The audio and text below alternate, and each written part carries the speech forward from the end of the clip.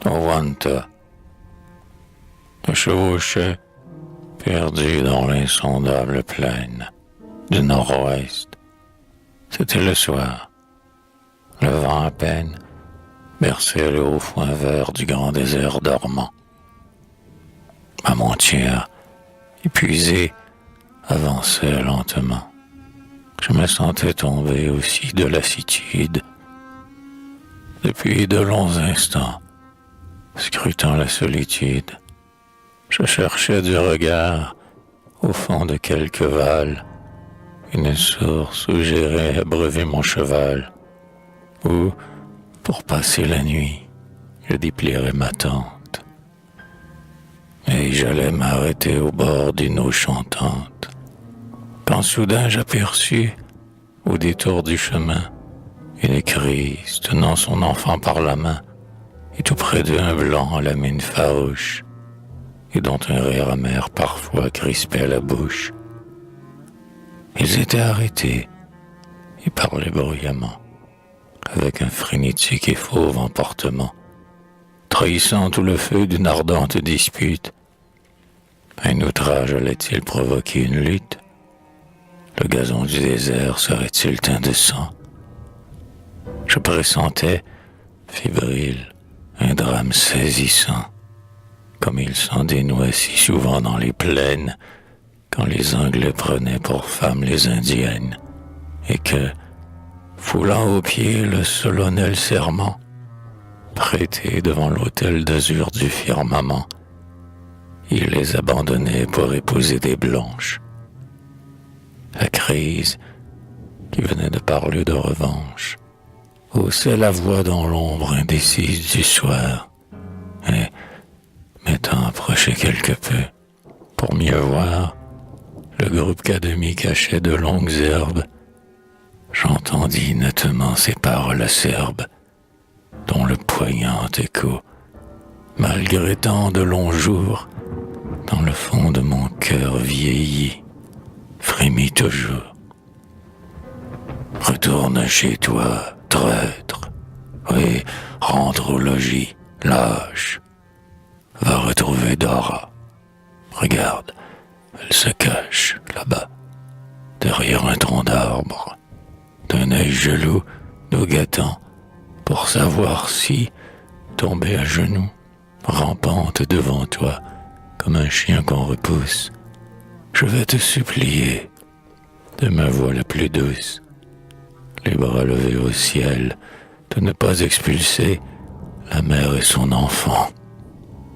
Va-t'en, cours embrasser ton épouse et dis-lui que mon âme recèle 100 fois plus de fierté qu'il n'en survit en elle. Dis-lui qu'en me forçant à déserter ton seuil, elle est l'autour qui prend la place du Beauvreuil. Cesse de m'outrager, oses-tu dire, infâme? Non, je ne tairai pas, Rupert, ce qu'une femme qui baisa si souvent les chaînes du vainqueur peut nourrir à la fois d'amour et de rancœur. Mais crois-tu donc, naïf, que l'esclave nouvelle, pourtant fait c'est pour moi si lâche et si cruel, jamais t'aimera comme Owanta sut t'aimer? Tais-toi, je ne veux pas t'entendre blasphémer. Accourt-elle, le soir, de tendresse prodigue, baiser tes pieds meurtris, qu'alourdit la fatigue de tout un jour de marche à travers le désert? Je t'aimais d'un amour inlassable, Rupert. Loin de toi, je trouvais tout maussade et futile. Chaque mot qui tombait de ta lèvre virile, délicieusement me faisait frissonner. Et quand ton verbe avait cessé de résonner, mon oreille d'amante et de fidèle esclave en retenait longtemps encore l'écho suave, semblable au coquillage endormi près des flots qui gardent en ses replis leurs chants et leurs sanglots. Ouais, je te chérissais d'un amour sans mesure. Si tu saignais, mon cœur saignait de ta blessure. Pour toi, j'ai tout souffert. Et lorsque, l'an passé, Le scorbut torturait ton beau corps terrassé.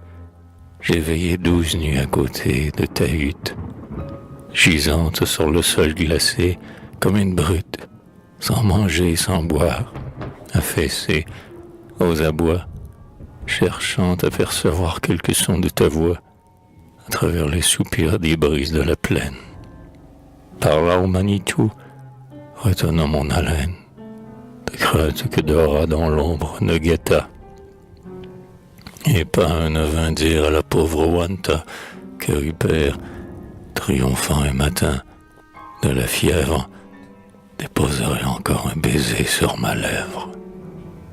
J'étais folle, voulant contempler un moment quelque chose de cher au cœur du cher amant. Je suis allé un jour voir Derby dans sa stalle. Je l'ai flatté, j'ai mis, songeant ma rivale, mes 2 bras nus autour de son col si soyeux. Et le noble cheval, l'œil morne et soucieux, comme pour consoler la triste délaissée, de son visage presque humain m'a caressé. Et toi, pour obéir à Dora, tu consens à nous bannir, ton fils Daniel et moi. Je sens, devant ta dureté, ta lâche complaisance, tressaillir en mon sein l'esprit de la vengeance. Arrière, misérable instrument de Dora. Arrière, séducteur, arrière, scélérat. Et tu me dis, mon Dieu par son pasteur ordonne que je ferme mon âme et que je t'abandonne. Alors le Dieu des cris n'est pas aussi cruel que le Dieu des Anglais. Non, non, jamais le ciel, jamais Kitchewab, si sombre et si sévère, ne voudrait faire ainsi souffrir un cœur de mère. Non, il ne voudrait pas qu'après avoir 10 ans répandu tous les pleurs des repentirs cuisants, je subirais le sort des vils adultères. Eh bien, s'il est moins dur que le Dieu de tes pères, viens, allons adorer tous 3 le Dieu des miens. Laisse adorer ton or et tes troupeaux. Viens, viens, suis-moi, Rupert, suis-moi dans les finis des plaines. Nous dormirons sur l'herbe et boirons aux fontaines. Tu mangeras avec Daniel ma part du pain, qu'en quittant ton foyer j'ai reçu de ta main. Et tu me soutiendras quand je serai trop lasse. Mais je divague. Non, n'écoute pas, de grâce, ces mots fous échappés à ma lèvre, Rupert. Ce n'est pas moi qui parle. Ouais, ma raison se perd. Va-t'en. Dis à ton Dieu cruel que je l'abhorre. Toi-même, je te hais. Je te hais plus encore. Et je me réjouis, crois-moi, que de tes biens, de tes champs labourés, de tes bœufs, de tes chiens, de tout ce qui t'est mis au front l'orgueil de l'aigle, j'emporte seulement 4 ou 5 pains de seigle. Et je jure, Rupert, que n'était mon Daniel, je jetterais ce pain plus amer que le fiel, et dont le seul contact me révolte et me glace. Je pars, Rupert, je pars en maudissant ta race. Je pars, mais ta richesse avec moi partira. Mon enfant au désert farouche grandira. Ses pieds seront légers comme ceux du renne. Il sera tireur d'arc et chasseur dans la plaine. Ses flèches jamais ne manqueront le but.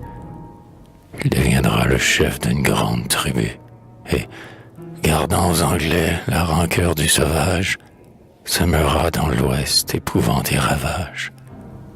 Égorgera ta femme et mêlera son sang au sang de ton cadavre, encore tout frémissant.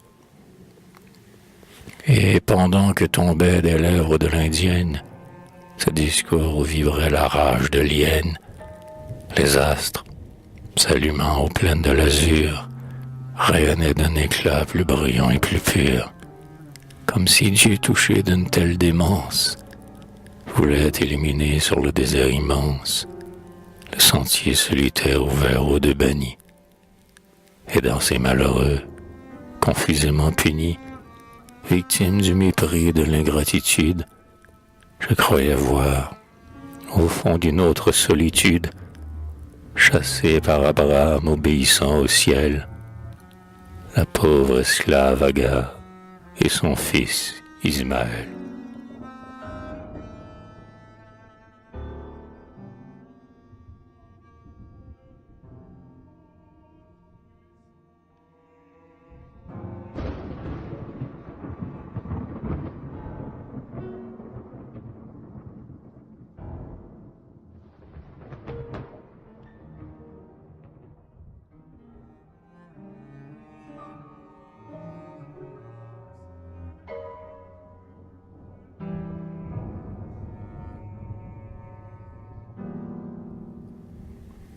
La Beauce, Monsieur le sénateur J. Bolduc. C'est toujours mon pays, mon humble coin de terre, c'est mon village, mon clocher, l'enclos béni, où mes morts sont rangés sous la main granite. C'est lui qui m'a voulu poète et qui m'inspire. Tous les êtres m'y sont plus qu'ailleurs indulgents. Arsène, Vermenouze. La Beauce, ce vieux nom sort de la vieille France et nous rappelle un coin de terre fortuné à des bords séduisants nos aïeux l'ont donné, parce qu'à leurs efforts pleins de malveillance, la glèbe y promettait l'inlassable opulence des plaines où plus d'un de ses preux était né. La Beauce, ce doux nom caresse mon oreille, comme les sons lointains d'un clavier de cristal. Elle me semble dorée d'un reflet sidéral, parfumée des senteurs du sapin, de la treille, du blé mûr, du calice où s'oppose l'abeille. La Beauce, c'est pour moi le paradis natal. Ouais, c'est pour moi l'Éden, d'où le destin sévère m'exila jeune encore, mais malgré la rigueur, des épreuves qui, là, torturèrent mon cœur. Je chéris ce pays comme on chérit sa mère, comme on chérit la femme, aussi noble qu'austère, qui versa son lait pur à notre lèvre en fleurs. J'adore sa chaudière aux rives sans égale, ses torrents écumeux, ses marais dormants. J'adore ses foyers tout pleins d'enfants charmants, ses troupeaux, ses oiseaux, ses grillons, ses cigales. J'aime ces paysans aux vieilles mœurs frugales, chez qui coule toujours le sang des fiers Normands. De cet Éden partout le souvenir me hante, et, malgré la distance, en ce moment je vois étinceler ses prés et verdoyer ses bois. J'entends sous ces bosquets dont la fraîcheur m'enchante, la brise qui murmure et le bouvrail qui chante. Au bord de ces chemins, je contemple des croix. Je contemple ces monts, ces lacs et ces rivières. Je regarde fumer ces sources, ces guérets. J'aime la subtile odeur de ces forêts. Je toise les hauts fûts de ces érablières, d'où le vol caressant des brises printanières m'apporte le parfum exquis du sucre frais. Devant moi, sur le flanc d'onduleuses collines, dont les échos la nuit sonnent comme le corps, le blé se berce au souffle ardent de messidor. De gras troupeaux vont boire à des eaux cristallines. Devant moi des mineurs lavent dans les ravines un gravier miroitant qui recèle de l'or. J'aperçois sur les bords des temps clairs et limpides des bûcherons au cœur des pins plongeant leur fer. J'aperçois dans la brume un groupe mâle et fier, un groupe de flotteurs, crânement intrépides, qui guident de longs trains de bois sur des rapides, dont les flots ont des cris et des râles d'enfer. À mes yeux apparaît, inondé de lumière, le logis paternel plein de confuses voix, qui me font soupirer et sourire à la fois. À mes yeux apparaît, tout près de la chaudière, la crypte de l'église où repose ma mère, bercé au même chant si naïf d'autrefois. Je redeviens enfant, dans les champs, sur les grèves, au sommet des coteaux, au fond des grands bois sourds. Avec des compagnons échevelés, je cours. Dans mes veines, je sens tous les frissons des sèves. Je me laisse emporter au bras de tous les rêves. Je sonde avec espoir le mystère des jours. Et ma jeunesse en moi palpite, rit et jase. Sur ma tête, je vois le ciel bleu s'irisé. Je bois l'enchantement, sans peur de l'épuiser. Un doux fantôme ailé de son vol parfois rase. Le seuil où j'ai connu la tendresse et l'extase. De la première amante et du premier baiser. Mais, hélas, tout cela n'est qu'un songe éphémère. Je suis vieux, mes cheveux sont blancs, mes pas sont lourds. Plus d'ébat, plus d'élan, plus d'espoir, plus d'amour. À mon âge, on se sent poussé au cimetière. Quoi qu'on fasse, on ne peut retourner en arrière. Le sentier parcouru s'efface pour toujours. Je pleure ma jeunesse et je pleure ma bosse. Depuis 20 ans, je n'ai grévé ses tiers sommets, ni foulé ses vallons, ni savouré ses mets.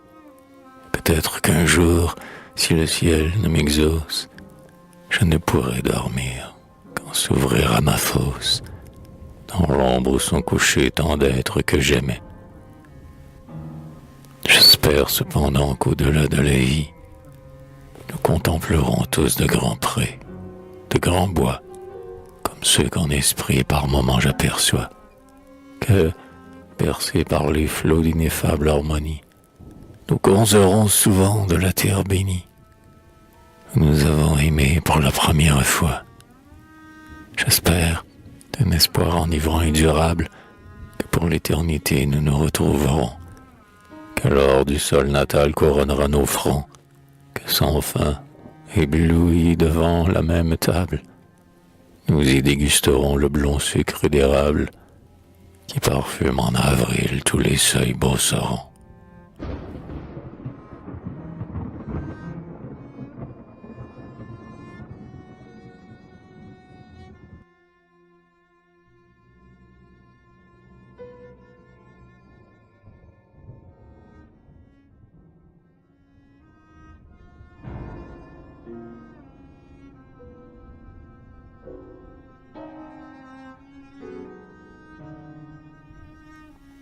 Alléluia.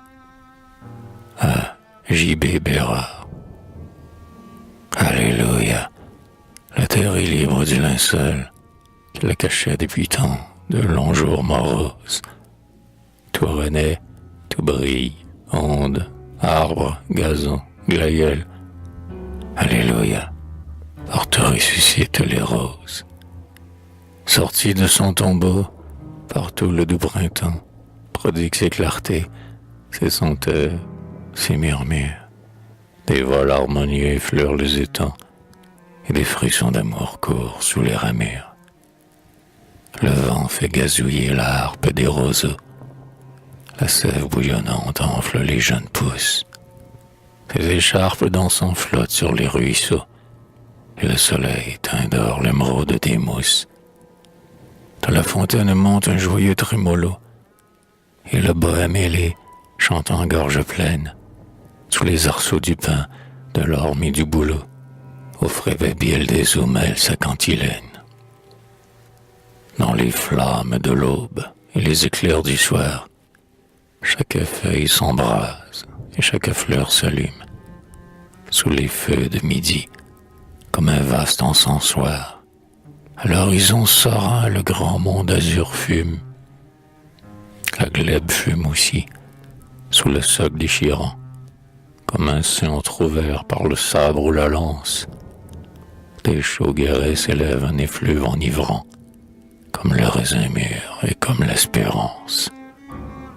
Et le semeur, jetant le blé d'or devant lui, parfois le grand geste imposant du lévite, qui, marchant à pas lents, dans le temple qui luit, sur les fronts inclinés fait pleuvoir l'eau bénite. Sous la sérénité de l'azur infini, dans les halliers ombreux, dans l'herbe qui chatoie, sur le rocher moussu, dans l'arbre, dans le nid. Tout est rayon, parfum, refrain, ardeur et joie. Devant cette splendeur qui dit « Dieu sourit là », devant ce renouveau qui chante, lui palpite, mort aux illusions, mon vieux cœur ressuscite, et vers l'espoir reprend l'essor. Alléluia.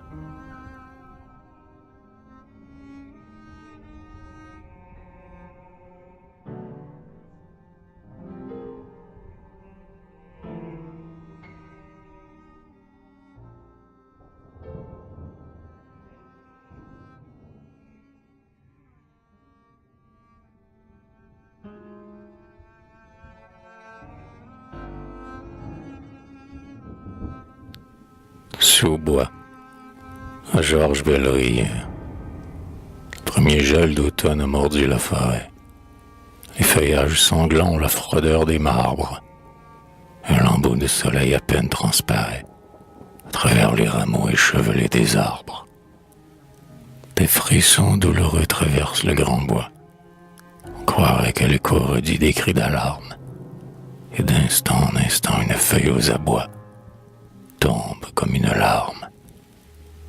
Immense église en deuil ouverte à tous les vents, et dont la bise aurait déchiré les tentures. Le grand bois est désert, les arceaux mouvants ont perdu leur rayon, leur chanson, leur murmure. Sous l'ogive des pins, des ormes, des bouleaux, ainsi qu'un orgue ronfle et gémit la rafale. Et ces grands bruits voilés semblent les longs sanglots d'une ombre sépulcrale. À travers la vapeur qui flotte entre les fûts, comme un crêpe onduleux voilant chaque ramure, sur le sol ténébreux, dans les halliers touffus, tout se métamorphose et tout se transfigure.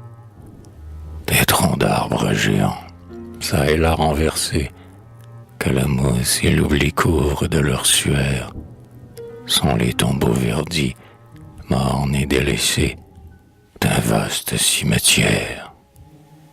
Partout des taches d'eau rayonnent vaguement, sur les feuilles qui font un linceul à la terre, devant leur froid éclat on dirait par moments des étoiles d'argent sur un drap mortuaire. Brouillard nacré sorti d'un encensoir fumant, la brume des fourrés enveloppe les dômes, et dans ces longs replis silencieusement glissent de blancs fantômes. Et les feuilles du bois en pleurs tombent toujours. Chaque massif se plaint, râle et tord ses branchages, et la vaste clameur, frappant les échos sourds, comme un dies irae, monte vers les nuages.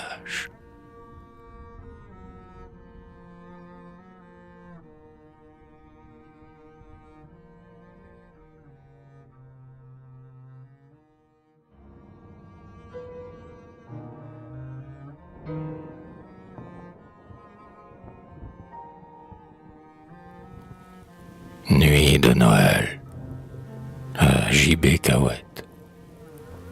La nuit a déployé son voile. Il fait froid, mais le grand ciel bleu allume sa dernière étoile. Il fait froid, mais j'attise un feu qui fait chatoyer une toile où brille le berceau d'un dieu. Le vent glacé sur les toitures râle et sanglote comme un glas. Sous les pieds ou sous les voitures, crisse la neige et le verglas, emmitouflé dans ses fourrures. Plus d'un passant hâte le pas. Là-bas, les églises rayonnent du vif éclat de mille feux. Déjà les enfants papillonnent, malgré le froid, l'espoir aux yeux, autour des temples lumineux. Déjà les cloches carillonnent. Et le son des bronzes pieux, coupé de solennel silence, répété sous nos bois immenses, comme un écho perdu des cieux, réveillant mon cœur soucieux, un essaim de réminiscence. Et loin, bien loin, rêveur, je vois la tant vieille église en ruine, où j'allais la première fois, au milieu de la nuit divine, incliner ma tête enfantine sur le berceau du roi des rois. Je vois une voûte revêche où l'on a voulu peindre un ciel. Je vois au pied d'un humble autel vaguement luire une humble crèche. J'entends une voix jeune et fraîche chanter Noël, Noël, Noël. Je vois ma mère prosternée et, près de moi, priant tout bas, j'assiste à la mort d'une année, au milieu de joyeux ébats, et j'aperçois deux petits bas dans une grande cheminée. Toute mon enfance à mes yeux reparaît en temps ma demeure, comme un fantôme gracieux dont l'aile avec amour m'effleure. Mais devant ce passé si vieux, mon regard se voile, et je pleure, et sans s'apaiser, avec un cœur que l'âge émousse, sans déchirement, sans secousse. Et mes pleurs, à longs flots versés, ont l'âcreté suave et douce des souvenirs et des baisers.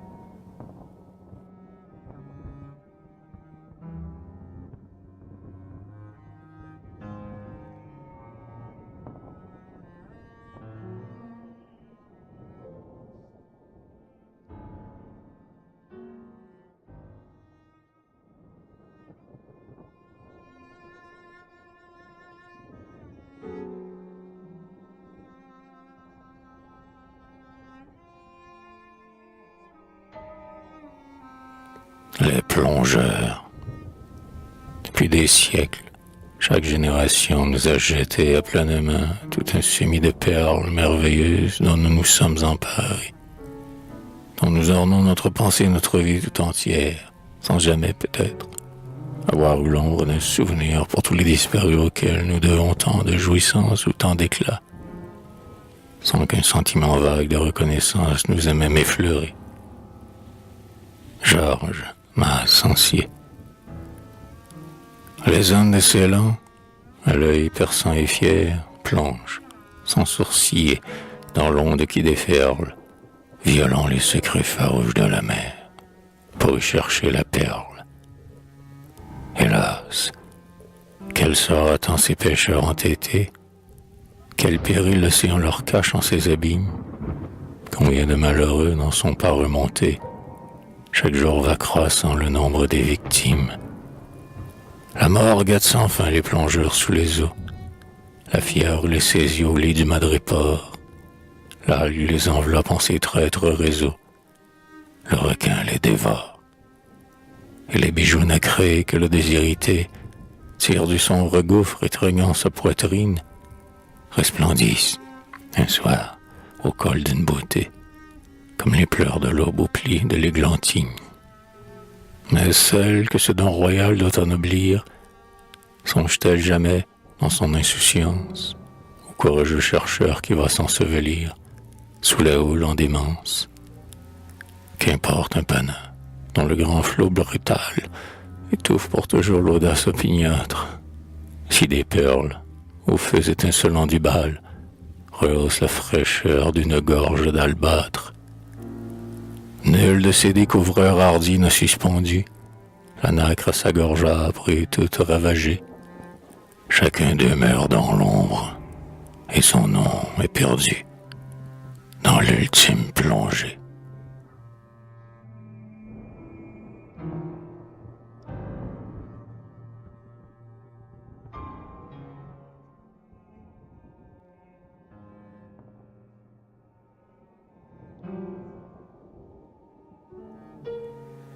Il est d'autres chercheurs que ceux des archipels, où la perle sans prix se cache sous les lames.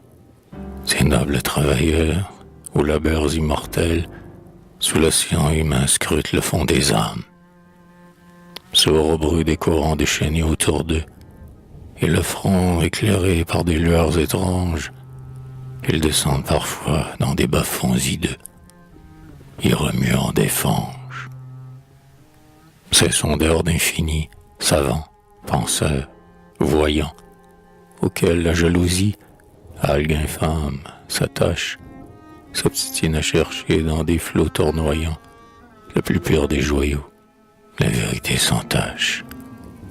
Sublime inspiré d'un œil audacieux, perçant l'immensité des rayons, des ténèbres, ils livrent leur esprit l'abîme des cieux, au gouffre des algèbres.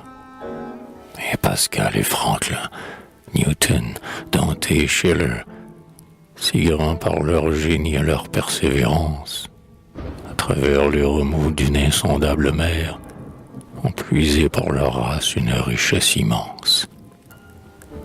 Mais l'or ne brille pas pour ces ambitieux, grisés du seul espoir des soldats, des apôtres, et les perles qu'ils vont ravir au flot fangeux rayonnent pour les autres. Du fruit de leurs obscurs et pénibles travaux, ils font jouir la foule et luttent sans relâche, sans entendre jamais éclater les bravos, qui devraient par moments applaudir à leur tâche. Plus d'un meurt dans la nuit de son humilité, sans laisser le pompeux éclat d'un nom sonore, mais des trésors qu'il a trouvés, l'humanité, s'enrichit et sonore.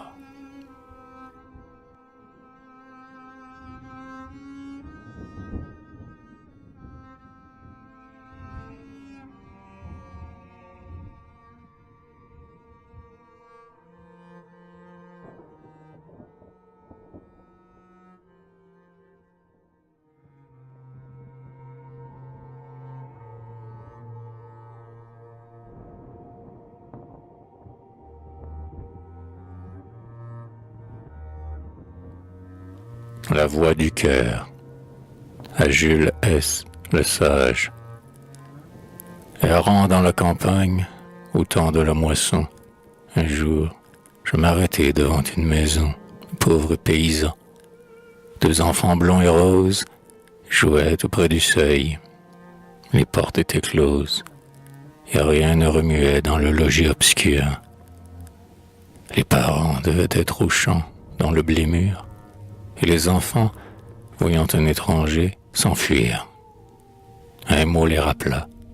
Bientôt ils me sourirent.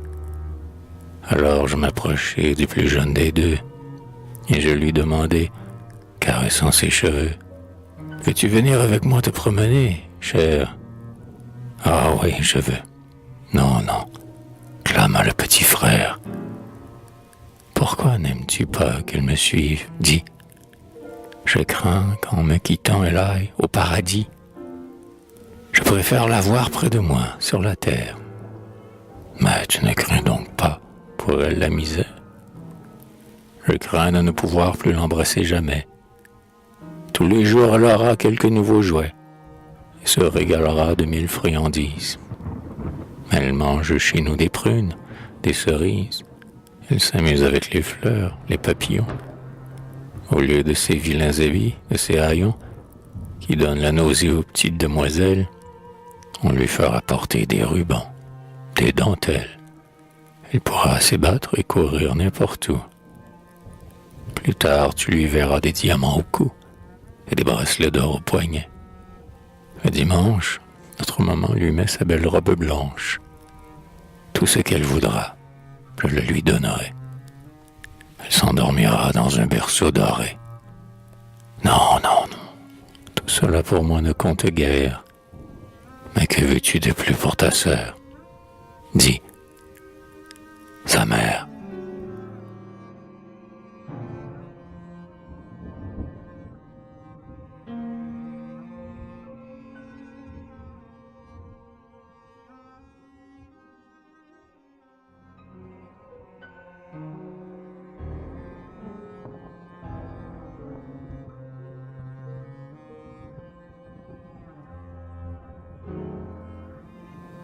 La pitié. À Roger des Varennes, le glaive avait fermé l'Éden chaste et serein. Sur le globe désert pesait un ciel d'airain, et nos premiers parents marchaient à l'aventure, errant comme brebis en quête de pâture, à travers les sommets, les plaines, les vallons, sans trêve, sans sommeil, sans abri, sans jalons, perdus dans l'infini des mornes solitudes. Côte à côte, ils allaient, rompus de lassitude, des tisons des remords incessamment brûlés, muets, craintifs, tremblants, furtifs, échevelés. Sous le firmament lourd, tout leur était hostile. La pierre déchirait leurs pieds nus, le reptile, l'insecte, le buisson, les piquets de leurs dards. Dans les antres lions, tigres et léopards, qui, la veille, autour d'eux se jouaient sous l'ombrage, du lointain leur jetaient d'horribles cris de rage. Oh, l'indicible horreur du premier châtiment. Par moments, sur les deux bannis plus âprement, s'acharnait la nature inclémente et jalouse. Un jour, Adam s'était éloigné de l'épouse, morte plus qu'à demi de fatigue et de faim, pour chercher quelques fruits le long d'un lac prochain, au pied d'un mont. Hélas, la terre était stérile. Vainement notre aïeul, anxieux et fébrile, avait interrogé les rameaux, le gazon, et sondé du regard l'insondable horizon. Il n'avait rien trouvé sous le grand cieux livide, et comme il revenait vers Ève, les mains vides, dans la sinistre paix tombant avec le soir, déshérité fut pris d'un tel désespoir qu'il s'arrêta soudain pour finir son supplice, plongeant un œil farouche au fond d'un précipice, désirant mourir seul, ne voulant plus revoir la femme qui, gisante au creux d'un ravin noir, épiait de la mort l'épouvantable approche. L'homme s'était assis sur un quartier de roche, éboulé sous ses yeux de la cime du mont, et songeait, par instant, à s'y briser le front, lorsque, dans sa stupeur et sa douleur poignante, il sentit, sans rien voir, sa main frissonnante, que sur son genou maigre il venait de poser quelque chose de frais et doux comme un baiser. La pitié, qui devait naître de la souffrance, l'avait de loin suivi dans le désert immense. Et, le voyant assis, seul, hagard, aux abois, dans l'ombre un chien était venu lécher ses doigts.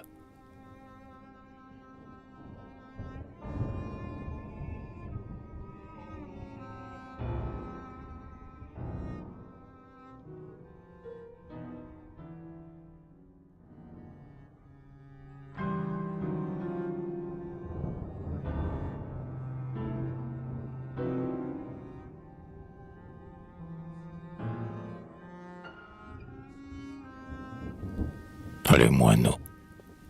Les moineaux, importés d'Angleterre vers 1870, sont devenus pour les cultivateurs et les citadins un véritable fléau. Et leur tête devrait être mise à prix. La presse du 18 mars 1908. Les moineaux sont de vrais gredins qu'il faut obstinément combattre.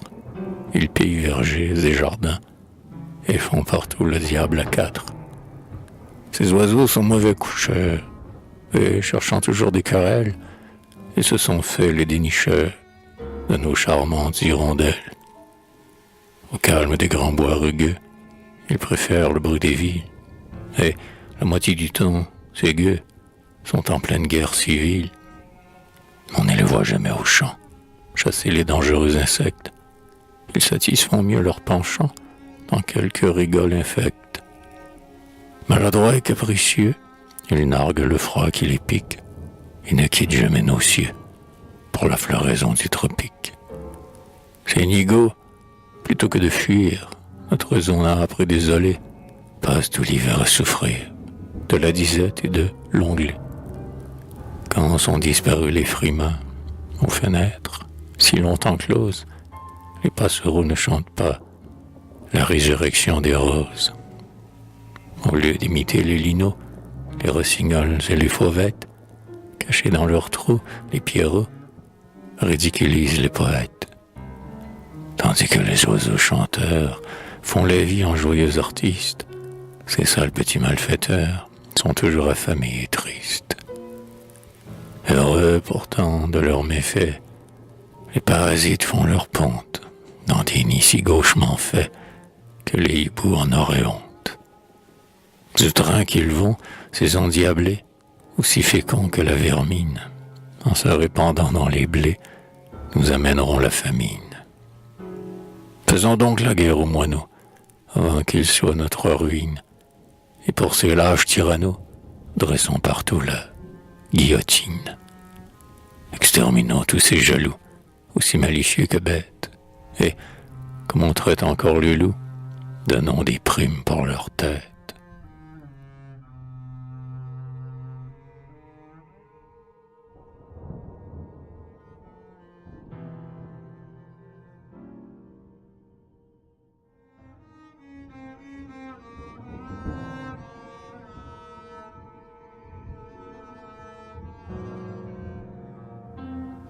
L'aigle, l'aigle, du haut d'un cap qui domine la mer, jette au zénith l'éclair de sa glauque prunelle, gonfle son col, frémit, s'agite, ouvre son aile, et, fier et radieux, s'élance vers l'éther.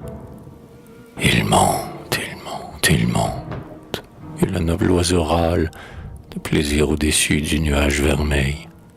Et déjà pour son œil, altéré de soleil, l'océan lumineux n'est plus qu'un étang pâle. Comme le roi des airs fixant l'astre qui luit, le poète inspiré de la terre s'enlève, emporté par le vol harmonieux du rêve. Et sous lui tout décroît, sombre et s'évanouit. Il plane sans frayeur, sans contrainte, sans règle, et les yeux sur le ciel de l'art qui le ravit, tout baigné des rayons de l'idéal, il vit dans la communion des anges et des aigles.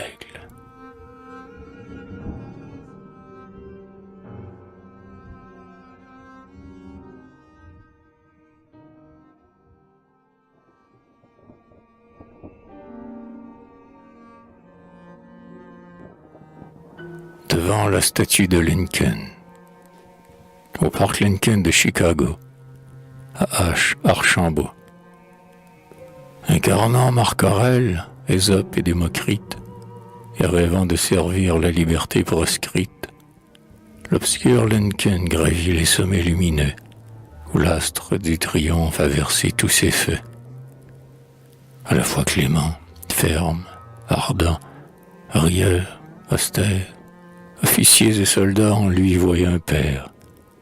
Lincoln versa des pleurs quand il fallait punir, et ne leva jamais la main que pour bénir. Son œil réfléchissait les plus vastes idées, comme la source aux eaux que nul vent n'a ridées, et qui semble garder comme un calme éternel, reflétant son azur les mille astres du ciel. Héritier des héros de Pline et d'Hérodote, maudisant l'esclavage et plaignant le despote, chérissant son pays d'un amour souverain. Souvent il opposa sa volonté d'airain à ceux-là qui voulaient, sans craindre le désastre, tirer à reculons le chariot des astres, et tout noir dans son cœur lui dresse un piédestal. Non, nul, sous le soleil du monde occidental, Horace ne légua plus éloquent exemple, et pour édifier l'altier fronton d'un temple, où devait rayonner le nom de ses aïeux, il tailla de sa main des blocs prodigieux, des blocs éblouissants des blancheurs de la gloire, dans le marbre immuable et serein de l'histoire. Et les yeux éblouis de nos temps sans rivaux, les peuples à venir béniront ses travaux, tant que le grand Wabash, qui berça son enfance, portera son tribut à l'océan immense, tant que le cœur d'un riche ou d'un déshérité battra pour l'Amérique et pour la liberté.